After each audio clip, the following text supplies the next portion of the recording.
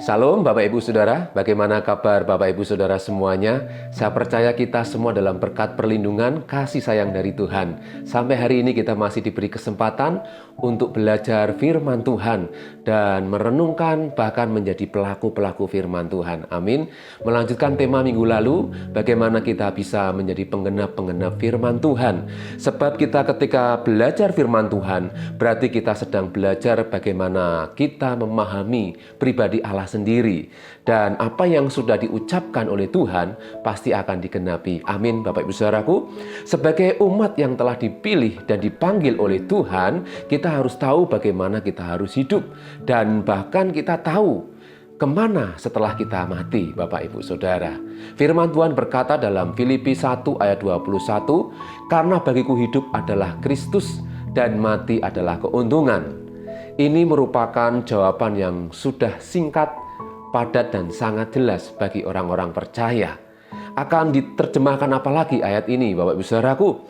Tapi hari ini kita akan lebih dikuatkan lagi, dan kita akan semakin sungguh-sungguh lagi bagaimana kita bisa menjadi penggenap-penggenap firman Tuhan. Berbahagialah mereka yang hidup di dalam firman Tuhan, karena mereka akan mendapatkan janji dari firman Tuhan. Amin.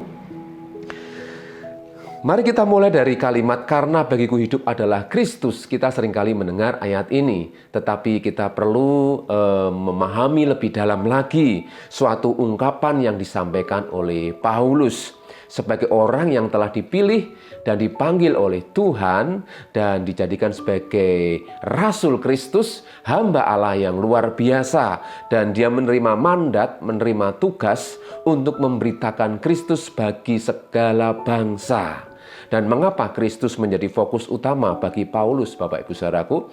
Karena Paulus sendiri berkata bahwa pengenalan akan Yesus Kristus jauh lebih mulia dibandingkan dengan segala apa yang ada di dunia ini, Bapak Ibu. Luar biasa, menjadi penggenap firman Tuhan sekali lagi bukan oleh kuat dan gagah kita, tapi oleh karena kita mau meresponi apa yang menjadi kerinduan Tuhan sendiri, apa yang menjadi kehendak Tuhan sendiri sebagai pencipta langit dan bumi atas hidup kita. Amin, Bapak Ibu Saudaraku. Mari kita akan kembali lagi melihat apa yang diucapkan, apa yang dikatakan Yesus ketika dia berada di dunia sebagai manusia. Dalam Yohanes 17 ayat 4 mengatakan, "Aku telah mempermuliakan engkau di bumi dengan jalan menyelesaikan pekerjaan yang engkau berikan kepadaku untuk melakukannya." Jadi jelas Yohanes 17 ayat 4 ini Yesus menyampaikan bahwa aku telah mempermuliakan engkau di bumi. Yesus sebagai manusia, dia mempermuliakan nama Bapa Allah Pencipta yang mengutus dia turun ke dunia ini untuk menjadi berkat, menjadi teladan, bahkan menjadi penebus dosa umat manusia. Kembali lagi, teladan kita adalah pribadi Allah sendiri. Jadi ketika kita mendapatkan contoh teladan hidup orang-orang yang baik, orang-orang yang bijaksana, mereka boleh kita teladani, Bapak Ibu Saudaraku, tentang hal-hal yang baik tentunya. Dan lebih daripada itu, Yesus sebagai manusia, dia memberikan standar hidup bagaimana manusia itu berkenan di hadapan Tuhan. Dan ini satu pelajaran yang tidak selesai dalam satu hari, tapi seumur hidup kita meneladani Yesus Kristus. Amin. Kembali lagi bahwa Yesus selama dia tinggal di bumi, dia mempermuliakan Tuhan dan menyelesaikan pekerjaan Tuhan. Ingat, Yesus sebagai manusia. Kita berbicara tentang Yesus sebagai manusia. Ini satu hal yang harus kita yakini, karena ketika Yesus berada di dunia, dia tahu apa yang harus dikerjakan, dan dia tahu kemana setelah dia harus mengalami maut, kematian. Bahkan maut dikalahkan, Bapak Ibu Saudara. Demikian juga kita sebagai pengikut Kristus, kita harus yakin bahwa maut sudah dikalahkan oleh Yesus. Dan jika kita menang dalam perjuangan dan perlombaan iman, maka kita akan memperoleh apa yang dijanjikan, yaitu hidup bersama-sama dengan Kristus. Luar biasa. Yesus berkata juga di dalam ayat yang ke-8 dalam Yohanes pasal 17, Sebab segala firman yang engkau sampaikan kepadaku telah kusampaikan kepada mereka, dan mereka telah menerimanya. Siapa mereka? Yaitu murid-murid Kristus, kita semuanya. Bahwa firman yang disampaikan oleh Yesus Kristus itu adalah firman yang hidup, firman Allah sendiri, dan kita sebagai umatnya, kita telah menerimanya. Jadi ketika kita belajar firman, kita menerima mandat juga, menerima apa yang Tuhan inginkan bagi seluruh umat manusia. Mereka benar-benar tahu, dikatakan, mereka tahu benar-benar bahwa aku datang daripadamu. Ini ungkapan Yesus. Dan mereka percaya bahwa engkaulah yang telah mengutus aku. Jadi memang tidak semua orang bisa dan mau percaya kepada Yesus. Kembali lagi, ketika kita menjadi penggenap firman Tuhan, ada dua hal yang ingin saya sampaikan kepada Bapak Ibu Saudara. Yang pertama yaitu karena kita memiliki iman. Menjadi penggenap firman Tuhan, kita harus memiliki iman, Bapak Ibu. Roma 4 ayat 18 mengatakan, sebab sekalipun tidak ada dasar untuk berharap, namun Abraham berharap juga dan percaya. Seperti Abraham, dia tidak memiliki dasar untuk berharap, tetapi Abraham berharap juga dan percaya. Percaya kepada siapa? Janji Tuhan. Percaya kepada Tuhan.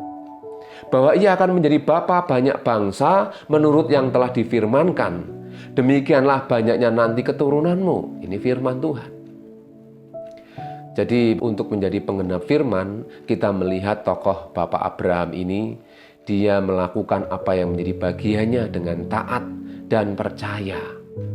Bahkan ketika Abraham disebut sebagai bapak orang beriman, dia tidak sekedar langsung mendapatkan predikat bapak orang beriman. Namun Abraham juga mengalami masa-masa ujian iman, masa-masa tes kepercayaan kepada Tuhan, sehingga dia menjadi bapak orang beriman yang diakui oleh seluruh umat manusia. Dan tidak mudah untuk menjadi orang yang beriman, karena ini berhubungan dengan satu keyakinan, satu kepercayaan di dalam hati, penyerahan hidup total kepada Tuhan. Jadi Bapak Ibu Saudaraku, untuk menjadi pelaku firman, kita harus memiliki iman. Karena iman adalah dasar dari segala sesuatu yang kita harapkan dan bukti dari segala sesuatu yang belum kita lihat. Iman sangat penting bagi kita untuk menjadi pelaku firman Tuhan. Dan sekali lagi firman Tuhan juga mengingatkan bahwa iman itu juga adalah pemberian Allah. Di dalam Efesus pasal yang kedua, ayat yang ke-8, 9 mengatakan, sebab karena kasih karunia kamu diselamatkan oleh iman. Itu bukan hasil usahamu, tetapi pemberian Allah. Itu bukan hasil pekerjaanmu. Jangan ada orang yang memegahkan diri. Jadi dalam hal ini pun, Bapak Ibu Saudara, kita memiliki iman itu karena kasih karunia Tuhan, pemberian Tuhan. Jadi mari kita minta kepada Tuhan, supaya Tuhan memberikan terus iman dan kekuatan kepada kita untuk bisa menjadi pelaku firman Tuhan. Jadi poin yang pertama kita harus tahu bahwa untuk menjadi pelaku firman, kita harus memiliki iman yang kuat. Dan itu adalah pemberian Tuhan. Jadi kita minta kepada Tuhan untuk menjadi pelaku firman. Amin Bapak Ibu Saudaraku. Sebab dalam Ibrani pasal yang ke-11 ayat 6 mengatakan, tetapi tanpa iman tidak mungkin orang berkenan kepada Allah. Sebab barang siapa berpaling kepada Allah, ia harus percaya bahwa Allah ada. Dan bahwa Allah memberi upah kepada orang yang sungguh-sungguh mencari Dia. Jadi segala sesuatu yang kita kerjakan, kita harus lakukan dengan iman. Dan kita percaya bahwa Tuhan itu ada. Ini yang dilakukan oleh Abraham ketika dia menjadi bapak orang beriman. Dia melakukan segala sesuatu dengan keyakinan yang teguh. Dan dia tidak pernah berpaling dari Tuhan. Dia justru ketika menghadapi ujian, tantangan, dia semakin percaya bahwa Allah itu ada. Tuhan itu menyertai. Amin Bapak Ibu Saudaraku. Jadi sekali lagi, untuk menjadi penggenap firman Tuhan, itu kita harus memiliki iman. Dan iman itu adalah pemberian Allah, dan kita harus memintanya kepadanya. Kemudian bagian yang kedua, bagaimana kita bisa menjadi penggenap firman Tuhan, yaitu sadar bahwa hidup kita bukan menjadi milik kita sendiri. Seperti ada lagu pujian yang mengatakan, hidupku bukannya aku lagi, tapi Yesus dalamku.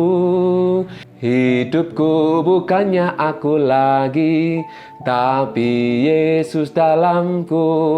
Luar biasa Bapak Ibu Saudaraku. Dan Rasul Paulus tadi juga mengatakan bahwa hidupku bukannya aku lagi, tapi Kristus adalah segala-galanya bagiku.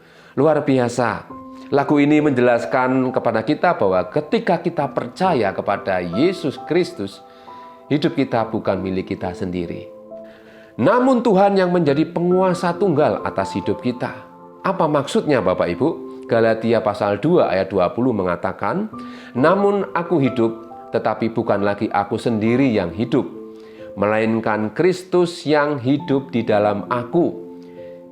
Dan hidupku yang kuhidupi sekarang di dalam daging adalah hidup oleh iman dalam Anak Allah yang telah mengasihi aku dan menyerahkan dirinya untuk aku.